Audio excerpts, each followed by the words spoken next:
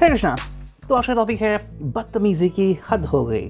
ठीक है, सो whoever has done this, और अगर किसी ने किसी को परेशान किया, फिर अगर आपको लग रहा है कि भाई somebody has troubled you, so this could be about it।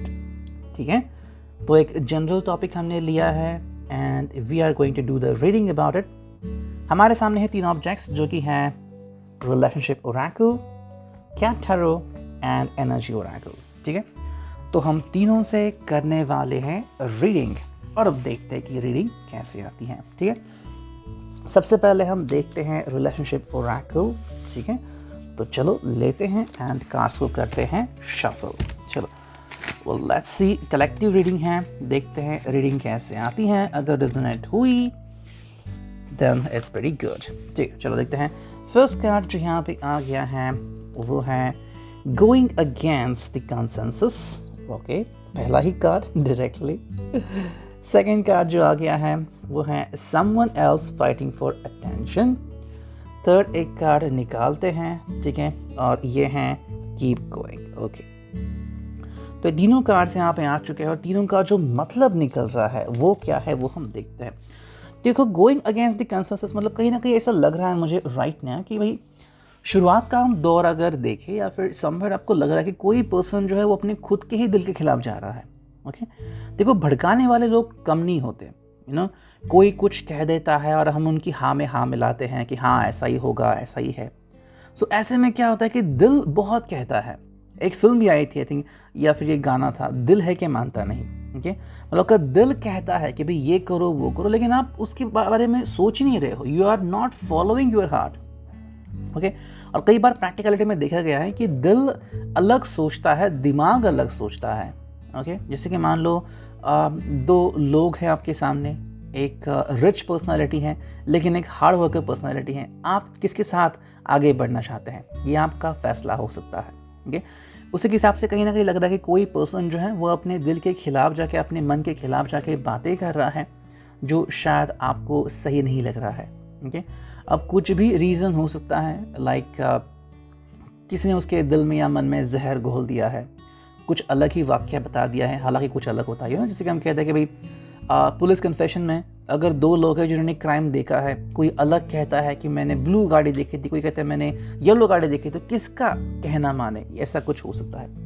Someone else fighting for attention में अगर हम देखें तो कहीं ना कहीं लग रहा है कि maybe you are still fighting for attention. अभी आप कोशिश कर रहे हैं या फिर कोई और कोशिश कर रहा है अटेंशन प्राप्त करने की, मतलब कि भाई ये पर्सन आपके लिए सही है।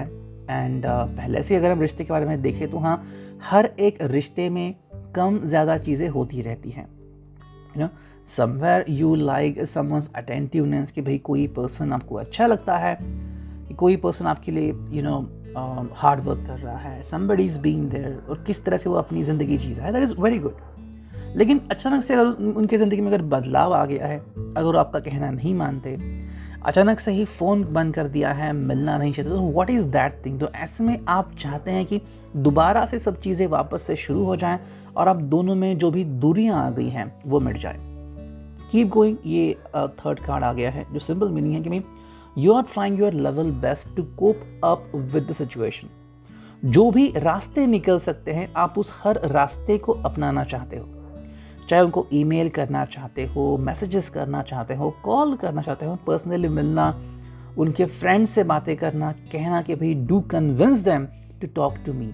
आखिर ऐसी कौन सी बात है कि वो मुझसे बात क्यों नहीं करते। समवेयर आई थिंक लग रहा है कि भाई ये पर्सन किसी चीज़ के बारे में शायद स्टक हो चुका है। This could be happening with you as well. शायद आप किसी की बातें नहीं सुन रहे हो, आपके मन में शायद किसी के बारे में कोई बुरी बात किसी ने डाल दी है, और कोई पर्सन आपका अटेंशन पाने की बहुत कोशिशें कर रहा है एंड ये बस चल रहा है। ठीक है, ये था regarding the first relationship Oracle. और अब देखते हैं टैरो से हमें क्या रीडिंग मिलती है। चलो करते हैं कार्ड्स की शफलिंग। चलो अब देखते हैं कि रीडिंग क्या आती है। Well here we go. Okay, ठीक है, पहला जो कार्ड है वो है king of pentacles, earth sign आ गया, Taurus, Virgo and Capricorn. Second जो कार्ड है वो है queen of wands, fire sign, Aries, Leo, Sag. तो ये आ गया है सेकंड कार्ड। देखते हैं थर्ड कार्ड क्या आता है। ओके, ये आ गया है थर्ड कार्ड और ये हैं क्वीन ऑफ पेंटिकल्स। ठीक है, तो मेरे हिसाब से यहाँ पे 2 क्वींस आ चुके हैं, queen of wands, queen of pentacles and या किंग ऑफ पेंटिकल्स। तो देखते हैं रीडिंग क्या है, हम बस 3 ही कार्ड देख रहे हैं। ठीक है, सो हियर वी गो। एक किंग है, 2 क्वींस है, लेकिन 2 अलग अलग क्वींस हैं। ठीक है, सो queen of wands and queen of pentacles. या तो मुझे लग रहा है कि भाई मे बी आपके थिंकिंग में बदलाव आ चुके हैं। पहले आप इनके बारे में बहुत ही अलग सोचते थे और अभी आप इनके बारे में बहुत ही अलग सोचते हैं। क्वीन ऑफ पेंटिकल्स है वो बहुत स्ट्रांग माइंडेड होती है, उसके रूट्स काफ़ी स्ट्रांग होते हैं and the person is always looking for stable and health relationship. उसको कोई भी नाटक नहीं चाहिए। ठीक है, the person is not looking for any kind of drama, melodrama, कि कोई पर्सन वापस से भाग रहा है या फिर कोई पर्सन ट्विन फ्लेम की तरह रनर बन रहा है। इसको ऐसा बिल्कुल नहीं चाहिए। एक बहुत ही हेल्दी एंड स्टेबल रिलेशनशिप वो डिमांड करती हैं, टॉरस और कैप्रिकॉन। लेकिन यहाँ पे है क्वीन ऑफ वॉन्ड जो कि है पैशन के लिए, फायर साइन के लिए एरीज, लियो, सैज। मे भी शायद शुरुआत में ऐसा होगा, फिर समवेयर इट्स लाइक दैट कि भाई कहीं ना कहीं पे पैशन बहुत ज़्यादा थी, सोच बहुत ज़्यादा थी एंड अट्रैक्शन लेवल बहुत ही ज़्यादा था।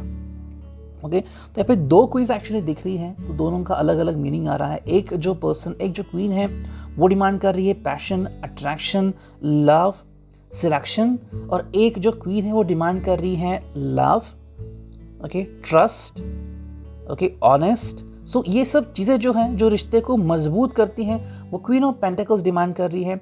और जो क्वीन ऑफ वॉन्ड्स हैं वो अट्रैक्शन लेवल के लिए, मतलब लवर्स बनने के लिए क्या चाहिए ये डिमांड कर रही है। हालांकि यहाँ पे है किंग ऑफ पेंटिकल्स जो कि आई थिंक एक सूझबूझ के साथ कहीं पे पहुँच गया है। मे बी शायद चीज़ें इस तरह से डिफ्रेंशिएट हो गई है कि maybe the person has treated you just like a queen of wands और अब वो आपको as a queen of pentacles treat कर रहा है। और शायद इसी के लिए आप इस पर्सन को समझ नहीं पा रहे हैं, उलझने बढ़ती जा रही है।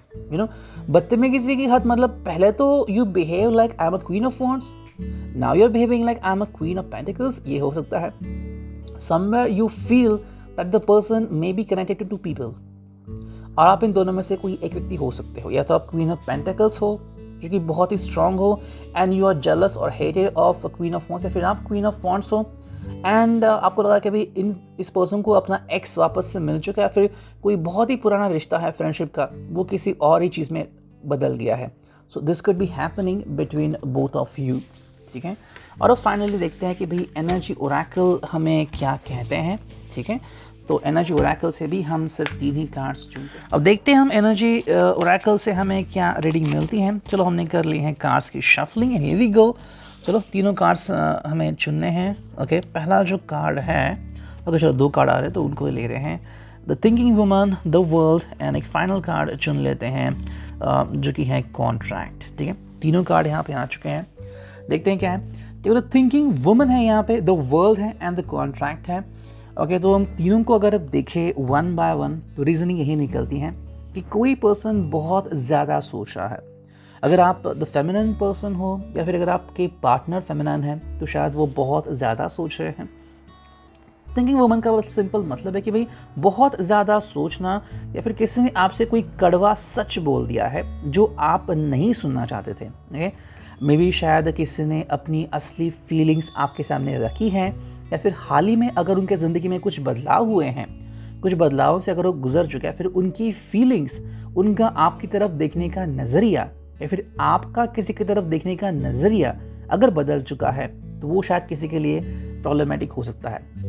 ये भी हो सकता है कि मे बी किसी ने एक्सपेक्ट किया था कि आप प्रोफेशनली आगे बढ़ोगे, और अगर आप प्रोफेशनल से ज़्यादा अगर फैमिली को इम्पोर्टेंस दे रहे हो, अपने लवर को इम्पोर्टेंस दे रहे हो, तो शायद वो उनके लिए एक सही मोटिव नहीं होगा। ठीक है, सेकंड जो कार्ड है वो है द वर्ल्ड। तो वर्ल्ड का मतलब है कि लोग क्या कहते हैं, लोग क्या सोचते हैं, इसके बारे में ये पर्सन ज़्यादा सोच रहा है।